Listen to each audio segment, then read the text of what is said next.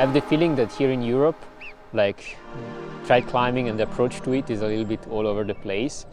It's a little bit like a wild mix between different styles, ethics, like different influences from other countries. I think it's really interesting as a climber because you see different approaches from different people. Actually, for me, it's kind of inspiring to see what other people do, like their first ascents, and see like their vision of trad climbing, like get inspired by them or like use some ideas and then readapt them to what I would like to do or like how I see trad climbing. Somehow it's nice that it's still this like young movement, let's say, here in Europe, and there is a lot going on, and you can really see that like other climbers who don't trad climb start to realize that there is also this discipline, and they start to respect it a little bit more and leave like also room to it before like bolting something.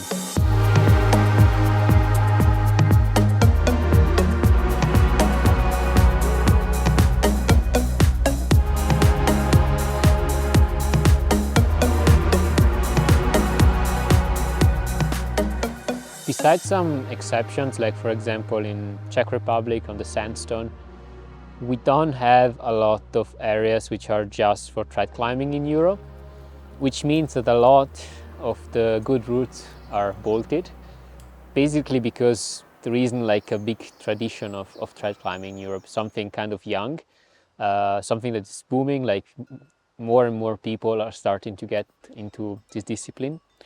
But so the problem is that the main part of the good routes are already bolted, the ones which would also work on gear. In the last years, I've been trying to climb a lot of these routes on gear. I've been asking myself if this makes sense, because you know, it's sometimes you take a risk and just next to maybe a really bad placement there is a bomber bolt, so sometimes it feels a little bit weird. But for me, it's like a way to give a message, to tell that there is also this way of climbing. And I hope that like in the future, people will, before like starting to bolt a route, think if this route will also be possible on gear.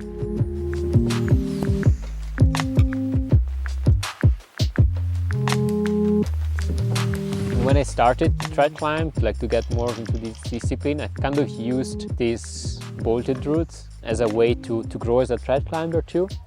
My goal was to try to bring like the level that I had in sport climbing into trad climbing. So it was nice for me, honestly, to have these routes which I could first climb on bolts and then on gear. It was like a way to grow as a trad climber, learn, and also understand like the path that I wanted to take.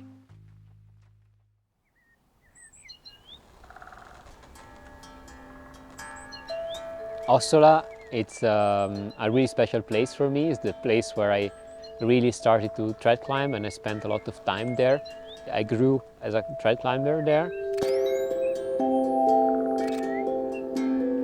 I see it as a playground, and it's nice to see how after years I start to look at lines with a different eyes. Maybe I start to look at some lines that before were completely unthinkable for me, like as trad climbs. Now I start to learn like some tricks to protect them, and like I really like to see this process. Like the more you trad climb, the more experience you get, and the more you understand how to make something which looks super sketchy a little bit safer. For example, in Cadarese I was always looking at this really nice arête, this brow, which seemed to be completely impossible to protect, and I tried on TR and I could climb it. It's not crazy hard, but back in the days I couldn't understand how to protect myself. And with the experience, like after some years, I found out that I could place a skyhook, and immediately it was a little bit safer. It's still a really dangerous route, but it's a little bit safer. So for me it was nice to see this process. Also thanks to like the trips that I've done abroad, like spending some time in the UK definitely opened my eyes on some ways to place gear and use gear. Yeah, that was a nice process.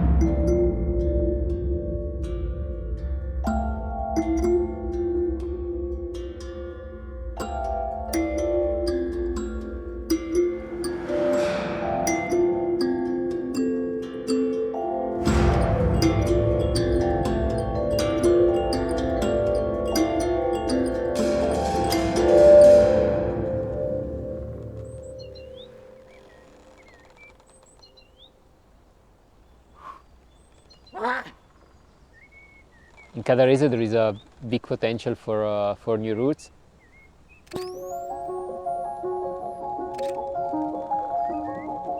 And last year was really nice to climb this new one, Waiting For.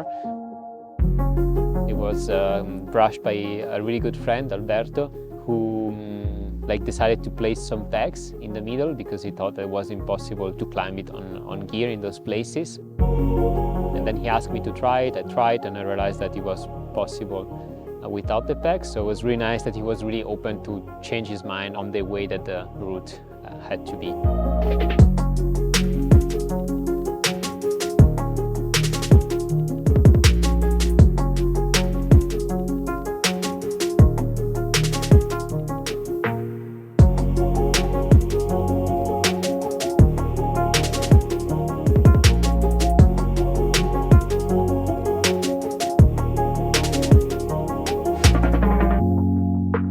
I think the reason why I like trad climbing is because within the same disciplines there are so many different sides of it, so it never gets boring. And it's not only about the physical challenge, most of the time it's also about the mental challenge. You have to deal with your fears, you have to sometimes decide if you want to go for it, knowing that there might be some consequences. And it's just something, I don't know, that makes me feel more alive, and it's something that, I don't know, I enjoy more.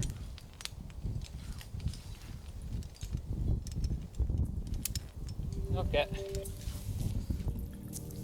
I really like to do first ascents when I try to climb because it's like a way to express myself into this discipline that I really like. But I also enjoy to repeat and try others' routes to see their visions, their approach to it.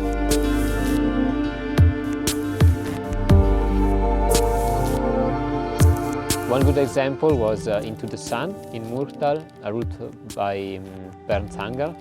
And it was nice to see how Bernd wrote his bouldering background into trad climbing and managed to put up such a hard route in this style.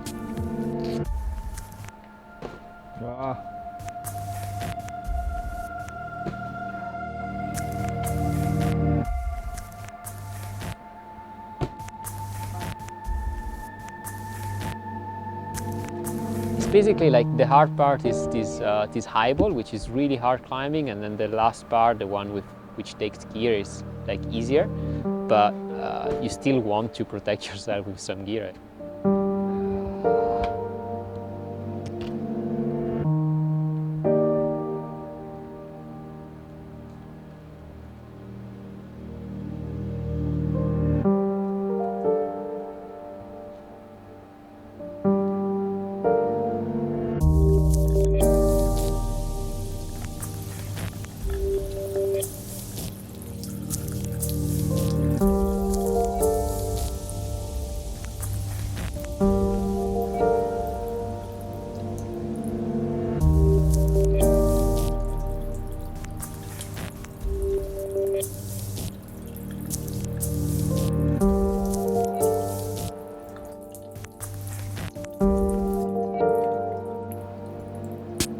The route starts on the very right side of the boulder, and then it traverses left to get to this really famous high wall by Fred Nicole.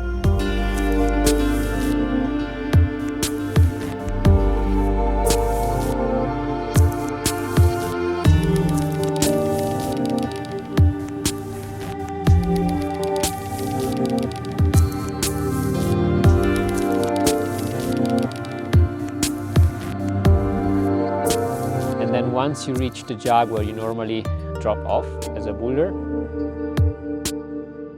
You place some gear and then you make this traverse to the only place where you can basically top out the boulder, and you're really high, so you place some gear.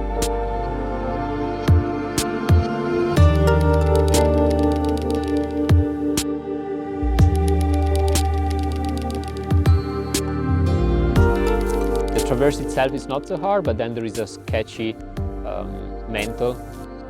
It's basically the only way, I would say, to top out that piece of rock.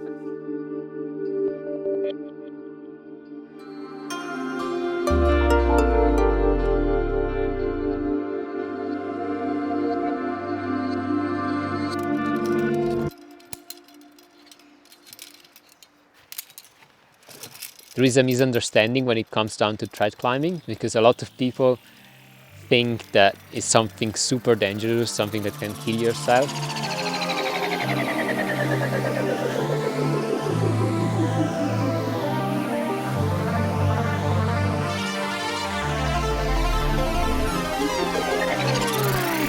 It's not the case all the time. Of course, there are some really dangerous routes with serious consequences, but there are also a lot of super safe routes, which are almost like sport climbing, or even safer because you can place more gear. So I think it's our responsibility as trad climbers to give this message to the rest of the climbing community, that trad climbing is not something crazy dangerous, it's something that is really accessible for everyone. And actually, it has been really nice to see in the last years that so many people are getting into this discipline.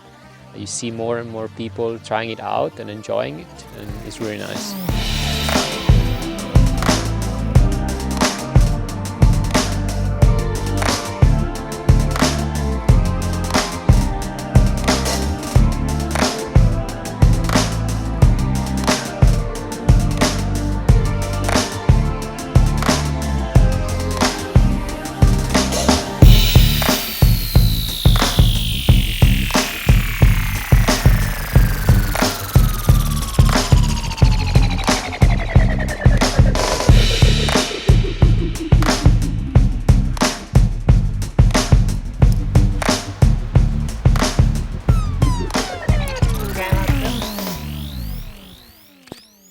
As climbers, we obviously always have an impact on the environment, on the cracks, because we approach them, we climb on them. But I think trad climbing is probably one of the cleanest way to enjoy climbing while respecting the environment, because we basically don't leave traces behind us on the rock. We remove the gear that we place, and we simply enjoy the climbing. And I think it's something really nice about it.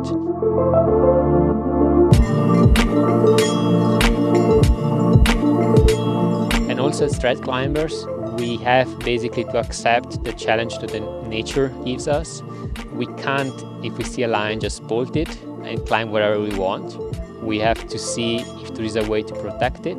And I think it's maybe the best way to preserve the rock is like to take a step back if we are not able to do something, and instead of just bolting it or chipping it, just leave it for the next generation, because climbing is booming, there is always more people climbing, but the rock is always the same. So we have to preserve what we have.